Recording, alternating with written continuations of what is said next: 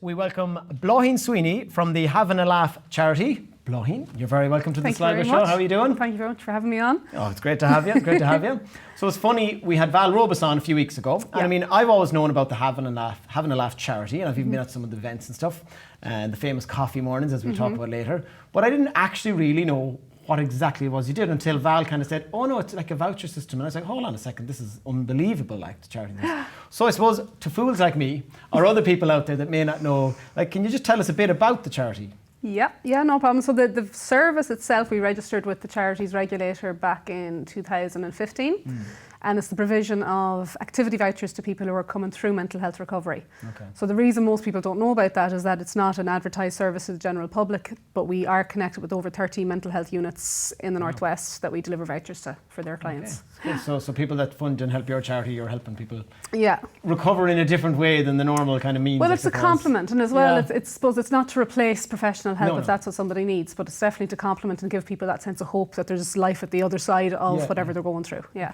Okay. And where, like, you know, how did it all start, or how did it come about, or what was the whole? Yeah, so I suppose that, like most people would know us for the events we used to run years ago, and those events started at a time when I suppose amongst our group of friends, we lost a number of our friends to suicide. Too many. One is too many, but you know, it was quite intense. And we started just inviting each other out.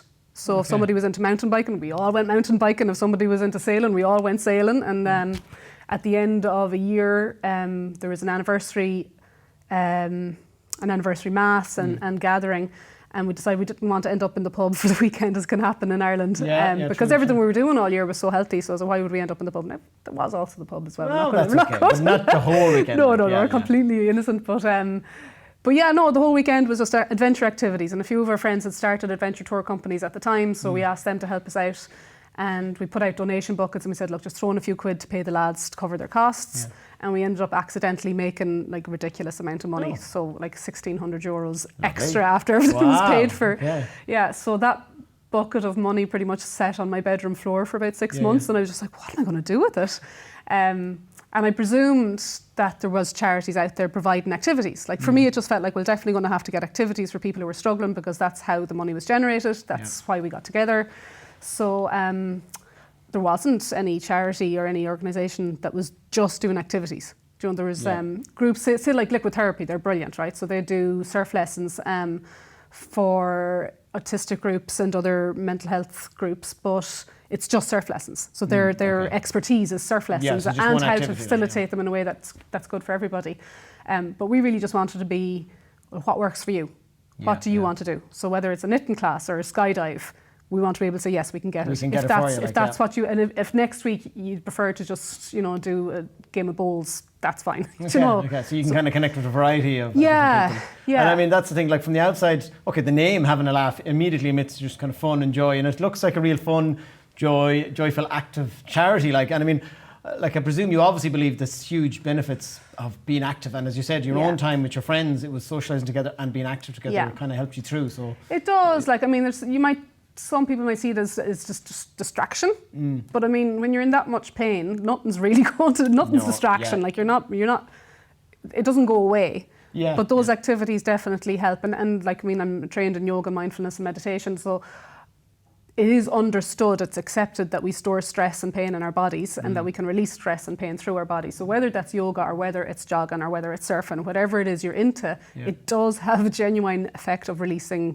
mental and emotional stress, not just physical. So no, because I mean, you'd say get out for a bit of air, or even like to say, you know, whatever it's intense activity. I've gotten wild into the whole benefits of nature now as well. Well, the Sligo science is such of a brilliant place for all of these activities as well, isn't it? And just use it out for a bit of fresh air and that. So to the charity itself, like, could you talk us through, because again, I didn't really understand that you had done these voucher system. So can you just talk us like a journey for someone that, you know, comes to you, and how they can get into your service or how it comes about? So a person will have to be with a counsellor. And there's a reason we do that, is first of all, so that they can have the conversation with the counsellor, so they say they're not asking for surf lessons if they have a massive fear of water. Do you know? Because the worst case scenario is someone gets a surf voucher and they get to the water's edge and have a panic attack, and it's the worst day ever instead of being a positive experience. And the second reason then is so that a person doesn't choose to do an activity instead of getting professional help. So we want to know that person is on their journey, they've got the support they need, and then this is to complement them, to give them a sense of hope, to see light at the end of the tunnel. Okay. And so they refer to you from their their therapist, yeah. So their first voucher, it's really simple form that the counsellor fills out and sends to us, and then after that the person can choose. So we're completely anonymous. So the whole point is so that's to destigmatise the service. So the first voucher the counsellor will request from us, and then the person will we'll send the voucher with a little welcome pack and everything to the person, and then they can choose to contact us directly if they want to breach their anonymity, or they can go back through their counsellor again. So we find more people now are starting to come to us directly. They're a little less kind of weary of making themselves it's becoming more of an open discussion now, and I think that's probably a good thing. People it more is, realise, we're definitely everyone else, seeing or lots of other people are in this boat, and that kind of makes it easier. And actually, even just in the last year, we're actually starting to get some really nice feedback because of the anonymity, we don't have direct access to people and find out how they're getting on or how it's improved. But in the last year, just randomly, we're getting phone calls and emails from people saying how it's helped and been a turning point, and Val herself speaks openly about it as well. It's nice to be doing something so positive and helpful. And I mean, obviously, you said people there that are is it clinically or medically is the correct term, being helped already. Yeah. But you do have other activities where it's someone, if you're just having a bit of a hard time, so you are inclusive really for everyone. Yeah, well, there's the coffee morning, which is, this hasn't stopped, 3 years running coffee mornings now once a month. We were doing it live in the Blind Tiger, and then of course with the lockdowns we switched to doing it online through Zoom. So once a month, on the first Monday of the month, 11 o'clock an hour. And they're still going, obviously. Yeah, they're still going. They're still on Zoom, is it? Both. In person and Zoom? Yeah. Okay. So 2 weeks ago I pulled up my van into Stephen Street car park, so I had the Zoom crowd on my laptop and then the rest of the live crowd were in the Blind Tiger, and it worked really well. It was a bit of crack, like Okay, so as I said, there's a few people. There's a few people around the country that click into the Zoom, so they were able to see the cafe. Because it's probably not being done everywhere either. Like I suppose if you're maybe a bit more isolated in some rural areas, it's a great way to just see other faces. Yeah. And as you say, connect with people who might be only just going through a tough time, let's say, rather than deep problems. So you just feel a bit more of a support group. And those conversations are normalised. And it's not all mental health, usually just, what worked for you this month, or what, nice day in the woods. So they're really, and everyone brings some experience or some knowledge or a workshop they did or some journaling they did, or it's nice. And the I see from your list of activities on the website, like it's everything from Tai Chi to rock climbing and all that. So like I presume it's very much your charity will cater for all ages, all fitness, there's a mix of activities there. Moment just over 18s. Right, okay. Yeah, there is a few referrals we get through CAMS, but we have to be careful that that's with the Guardian. We're not like it's a whole other area to start handing out vouchers.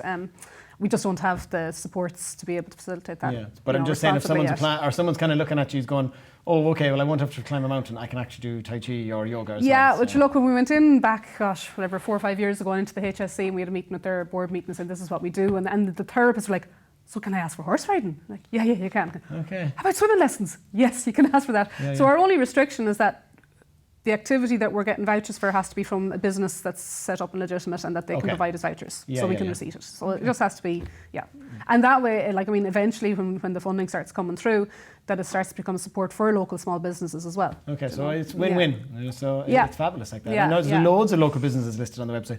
Even as a place to go to find out what activities are in Sligo, even if you're not anyways linked to the charity. It's fabulous like that. So then a couple of years ago, you did, not even a couple of years ago, well, it was a couple of years ago it started, the Havin A Laugh book. The book, yes. I don't know which camera we're going to get that on, but Brian will get it there somewhere. So it came out at the end of last year. Yeah. So as if you weren't busy enough, you said, well, let's do this. I imagine this was a monumental effort at the time. Yeah. Or had you done books before? Or? Not a bit of it. No, it was an idea that came up at the coffee morning in Carrick. We had just started doing a coffee morning in Carrick, I'd say about 4 months before lockdown. So that we'll get back there again. But there was a couple of writers, a writers group, a couple of the ladies who were in a writers group. Anyway, people were talking, telling stories, and funny stories, but funny stories that happened, things that happened to them when they weren't feeling so positive. But looking back, to kind of see the quirkiness in their stories. So they were saying, gosh, there's probably a lot more people who have stories like that, things they got up to when things weren't great. And especially in Ireland, everyone has a story of something. Yeah, exactly. So we put the call out. Okay, so we write a book. I loved the idea, so I was like, right, what's involved? It's like, we need the stories, we need an editor, we need a graphic designer, we need someone who knows about publishing, we need a quote, and that was it. And a ridiculous amount of hours to put into it, volunteer hours. But I mean, it is a wonderful collection of everything from stories, nice pictures, some more poignant than others, some really funny. Yes. Like it's a lovely book for anyone out watching. A really nice gift for anyone. Like, like I did do a piece in it. I'm not just saying that, but it was an old neighbour of mine, right? This is the reason I bring up the story. He texted, was it you that put in the poem? Like, and I was going, he was really old. He said, that brought me back. It was a poem about going to the bog. I hated going to the bog with the poem. But it was so funny. This person read it, found my number. I know him around the street, like, and he found my number and said, oh, that was brilliant. So it's the thing about it, it's almost an identical story. I was just going, before we started there. So I put in a story about my dad. My dad loves telling stories from Glenties and Mina back when he was a kid. But he tells a story about Grandad going to collect wood from, anyway, you'll have to read the book. So this, in the middle of the night, there's kind of like salvaging wood that they weren't really, during the war, they weren't meant to be moving around at all. Yes. There was a name for that too, when you've lost wood. Oh, we could be here for the night. It's salvaging wood, basically. That'll do, but I got a message from a man who's from Donegal. I think he came to one of my yoga classes, so he had my number and he goes, I just picked up your book and I'm reading the story and I grew up in Glenties. Your dad will know about this hill, and he had this other story about, I think it's his wife that he brought on a date and how the car broke down, and I was telling Dad his story, and they're like, Jesus. It's a lot of history on the one area. Yeah, and that is the thing. It gives, as I said, loads of people who would never be published a chance.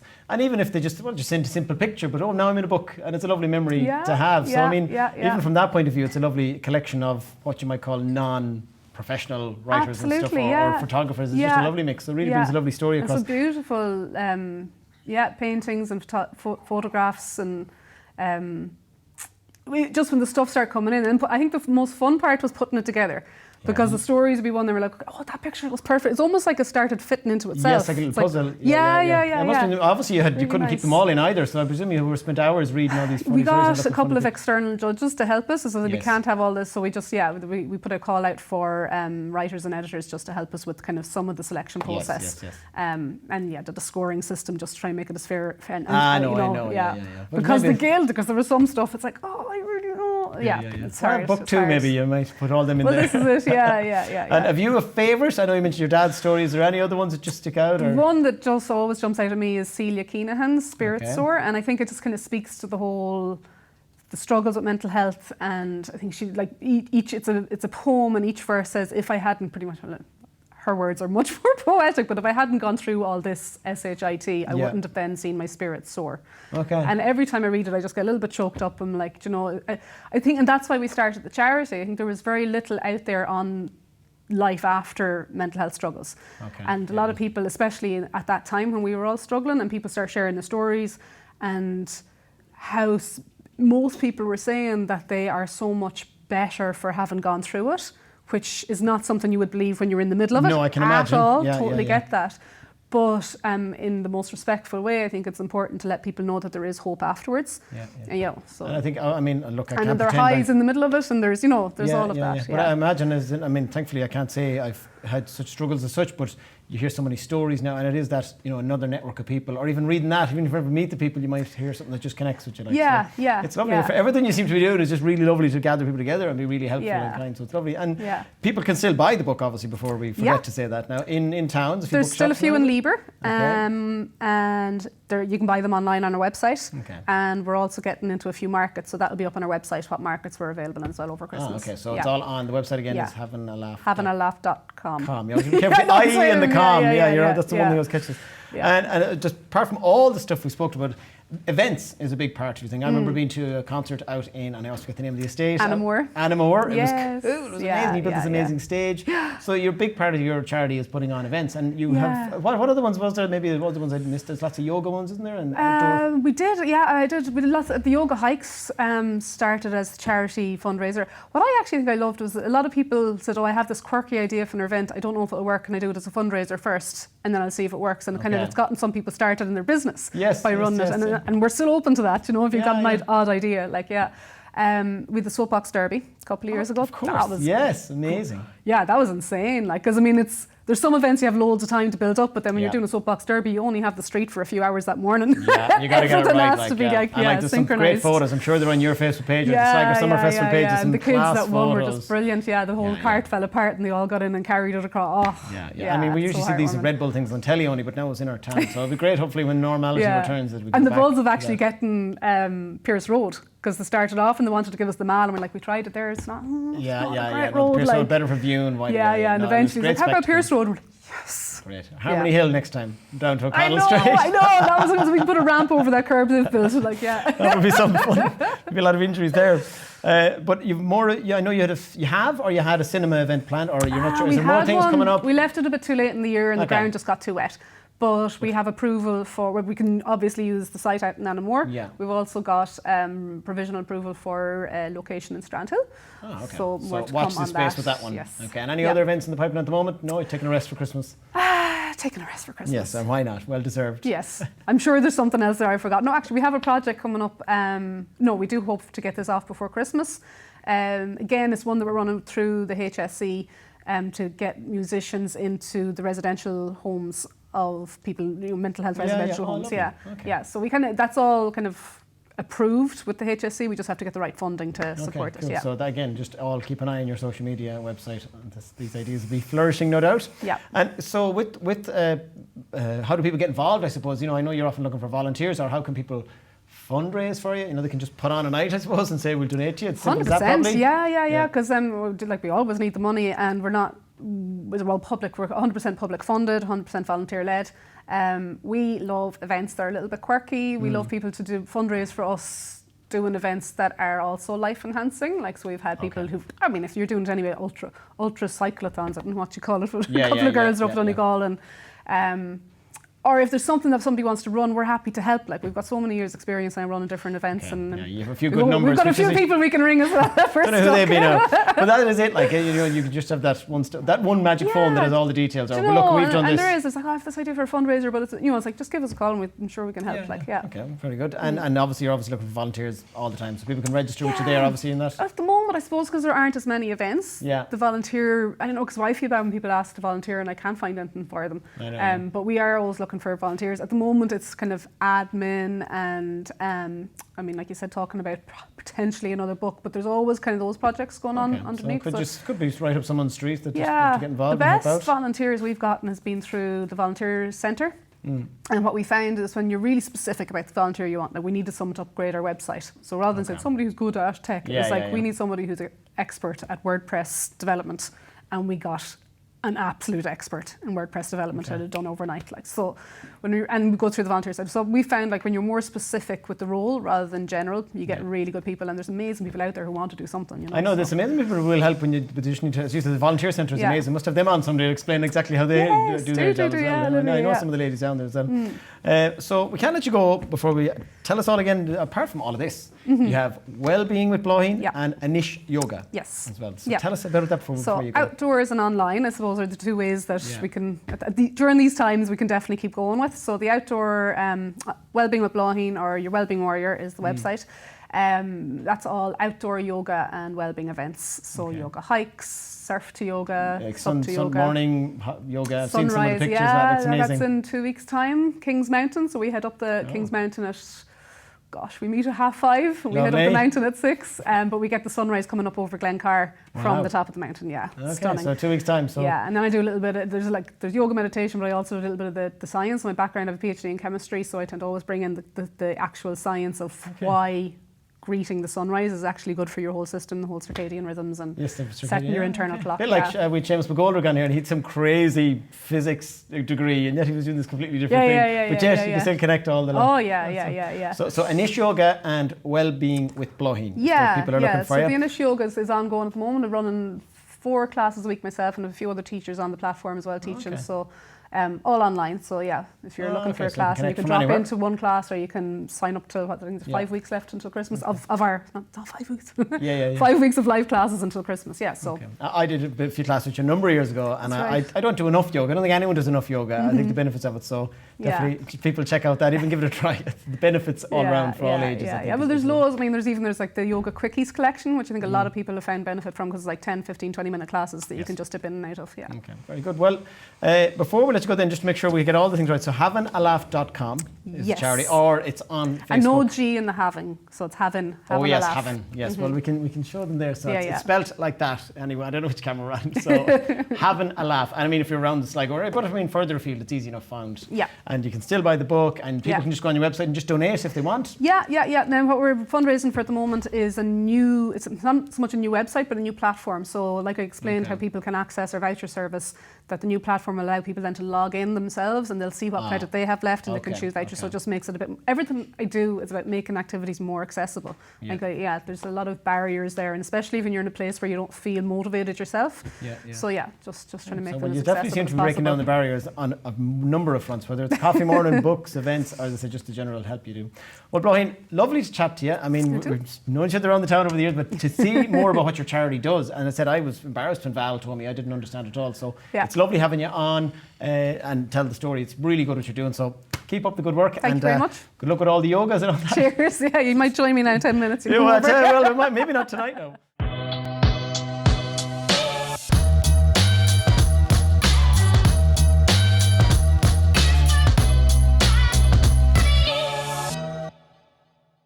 So if you liked what you just seen, don't forget to like and subscribe on our YouTube channel here. We've loads of great interviews from a load of really interesting people over the series. And if you're on social media, which I'm sure loads of you are, we are on Instagram and Facebook, so give us a follow there.